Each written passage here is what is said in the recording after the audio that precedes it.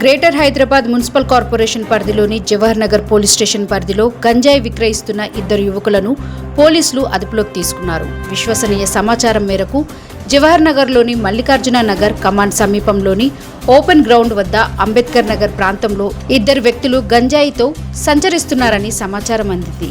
దీంతో women SI Mounika ఆధ్వర్యంలో police సిబ్బంది అక్కడికి వెళ్లి తనిఖీలు నిర్వహించారు. అక్కడ అనుమానాస్పదంగా తిరుగుతున్న ఇద్దరు వ్యక్తులను అదుపులోకి తీసుకుని చెక్ చేయగా వారి వద్ద సుమారు 1 కిలో 50 గ్రాముల గంజాయి లభ్యమైంది. వారిని వెంటనే అదుపులోకి తీసుకుని విచారించగా వారి పేర్లు కొల్లిపాక కౌశిక్, తండ్రి శ్రీనివాస్, నివాసం మల్లికార్జున్ నగర్, దమ్మాయిగూడ, మరియు దేవేంద్ర, తండ్రి కోటయ్య, నివాసం మల్లికార్జున్ నగర్ అని తెలిపారు. వారు గంజాయి విక్రయిస్తున్నట్టు విచారణలో వెల్లడైంది.